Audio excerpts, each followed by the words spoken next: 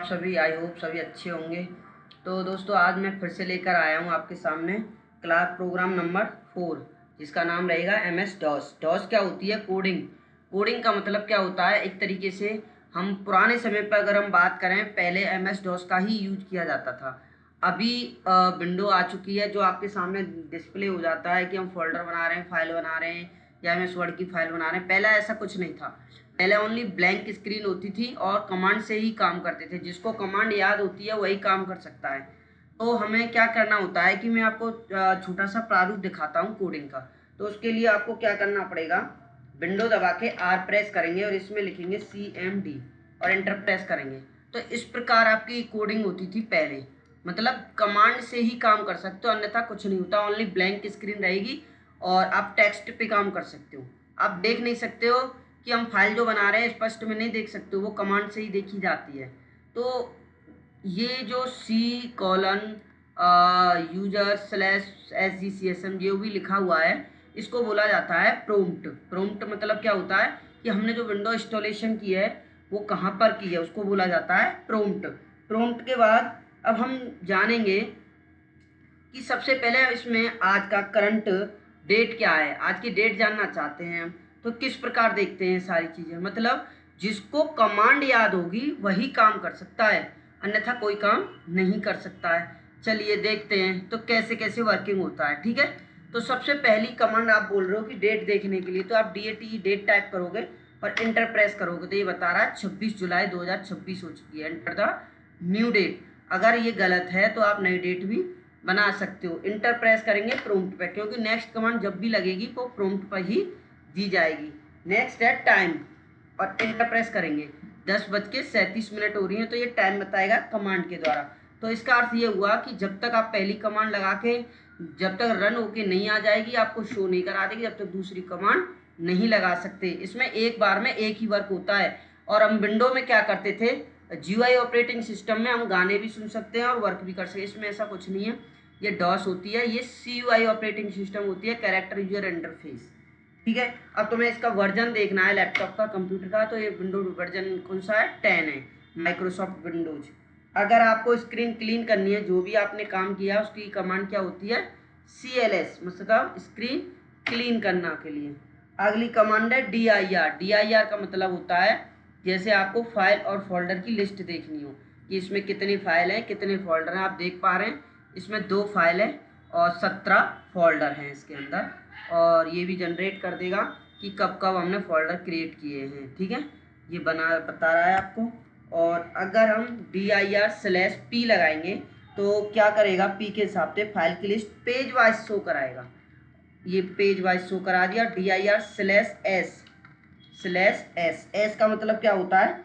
Size के हिसाब से किसमें कितना डाटा पूरा लोड हो जाएगा आपका। ये देखो कब कौन सी फाइल विंडो, मतलब विंडो के अंदर क्या इंस्टॉलेशन हुई है, एक एक चीज़ बिट टाइम टेबल के हिसाब से सारा डाटा इसमें क्या होगा? लोड हो जाएगा। और आपको देख सकते हो कि कौन सी हमने क्या बचे क्या क्या लोड किया इसके अंदर। ये जब तक रन नहीं हो जाता आप नेक्स्ट कमांड नहीं लगा सकते हैं। तो ये हो गया आपका इस वाइज साइज वाइज। अब आपको लगाना है जैसे कि आपको विड्थ के हिसाब से देखनी है कि विड्थ वाइज डाटा कैसे इंस्टॉलेशन, मतलब कौन सी फाइल में कितना डाटा है या कौन से फोल्डर कितना वाका विड्थ का है, तो उसी हिसाब से सीरियल निकलेगा।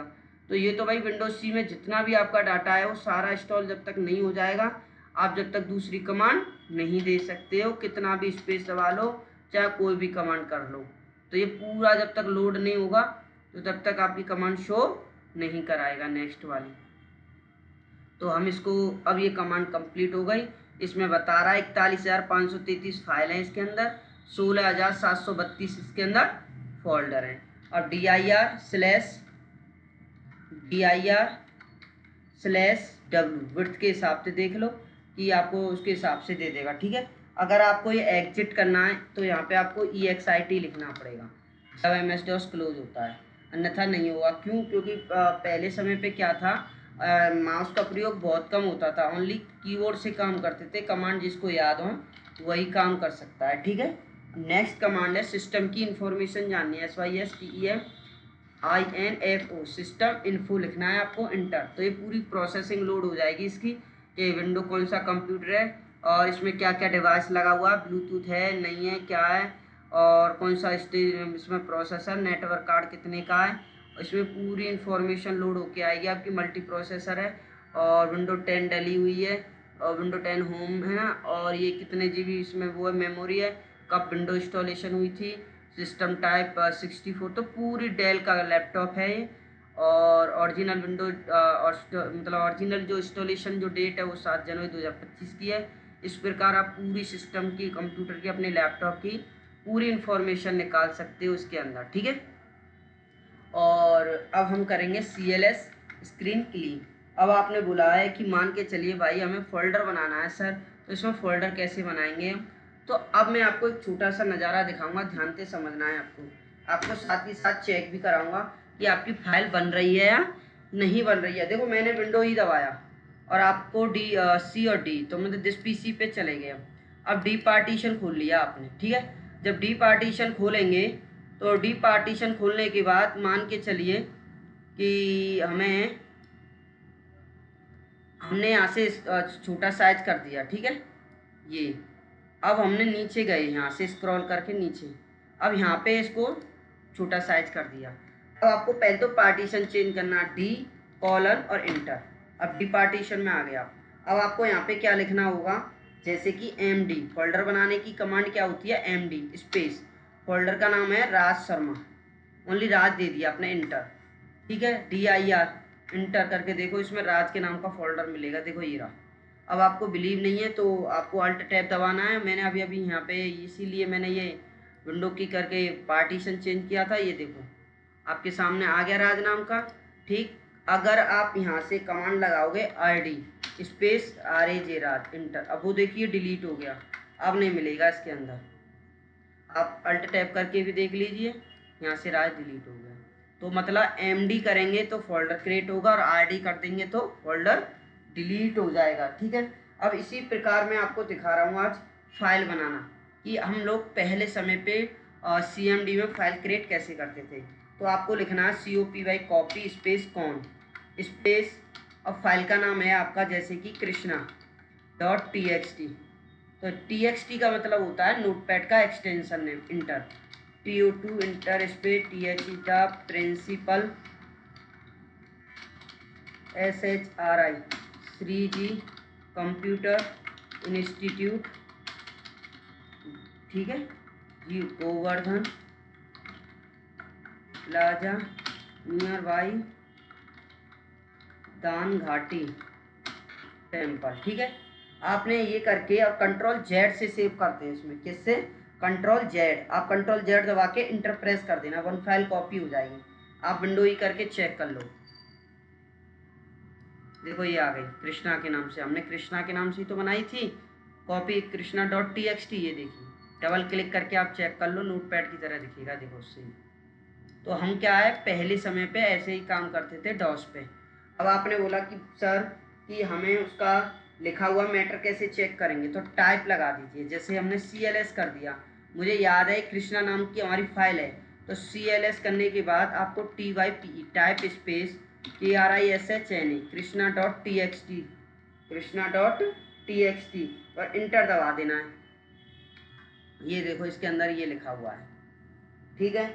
उसके बाद आपने बोला कि मान के चलो इसका नाम चेंज करना, तो REN स्पेस KRISHNA.txt स्पेस माधव.txt। जो हमारे कृष्णा की फाइल है वो माधव के नाम से बनानी है, DIR करके देख लीजिए, इसमें माधव मिलेगा, देखो ये रही माधव.txt। अल्ट टैब दबा लीजिए और वहाँ चेक कर लेना, वहाँ पे भी आपको क्या मिलेगी, माधव की, ठीक है। अब आपने बोला कि हमें इसकी एक कॉपी करनी है, तो कॉपी कैसे करते हैं, आपको सबसे पहले क्या करना पड़ेगा, COPY कॉपी स्पेस MADHAV माधव.txt, ये तो हमने पुरानी फाइल का नाम लिख दिया, ठीक, स्पेस। उसके बाद आपको क्या नाम से करनी है, मैंने कि एक RR.txt के नाम से कन्वर्ट में करनी है copy, inter, one file copied, CLS सब साफ कर दिया, DIR करके चेक कर लो, देखो माधव.txt तो एक ही रहा, एक RR.txt है, तो अल्ट टैप करके भी चेक कर लीजिए आप, देखो ये दोनों एक सेम फाइल आ गई, ठीक है। नोटपैड की फाइल आ गई, मतलब कॉपी करना आ गया हमारी समझ में। उसके बाद नेक्स्ट जो कमांड है डेल, DEL, डेल करके आप क्या कर सकते हैं, डेल करके आप rr.txt फाइल को डिलीट कर सकते हैं। वो डिलीट हो गई, देख लो। अब इसमें आप केवल माधव की मिलेगी, नहीं है आप नहीं है ना। नेक्स्ट अगर आप माधव को भी डिलीट करना चाहते हैं तो क्लिक करें। अब आपने कहा कि हम फाइल को हिडन करना चाहते हैं, मतलब हाइडन, आप कहीं भी कंप्यूटर में ना मिले तो कैसे हाइड करेंगे। तो कमांड के द्वारा हाइड करने के लिए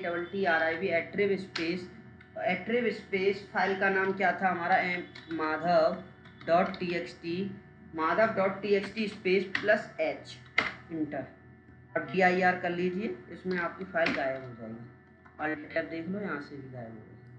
अब ना डिलीट नहीं हुई है आपकी फाइल, सिर्फ हाइड कर दी गई है।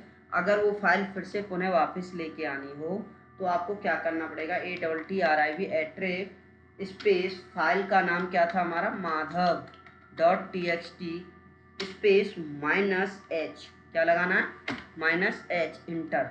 इंटर करने के बाद DIR करेंगे तो इसमें माधव की फाइल आ चुकी है, ये देखिए आ गई है ना, ये देखिए। अल्ट टैप कर दो और यहाँ से आप नीचे भी देख सकते हो, इसके अंदर कहीं ना कहीं आपको माधव की फाइल मिल जाएगी, देखो ये आ गई।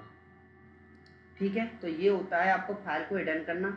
अगर आप ये चाहते हो कि नहीं हम तो प्रोम्प्ट को ही हिडन करना चाहते हैं, CLS, ये जो प्रोम्प्ट है जैसे कि C:\इंटर, C जो प्रोम्प्ट है, तो प्रोम्प्ट को ही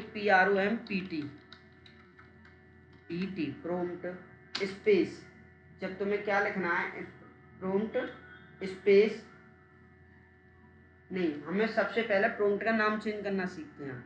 तो प्रोम्प्ट स्पेस दबा के नाम बदल दो, जैसे कि आपने कर दिया श्री राधा, इंटर। देखिए CLS केवल श्री राधा प्रोम्प्ट रहेगा।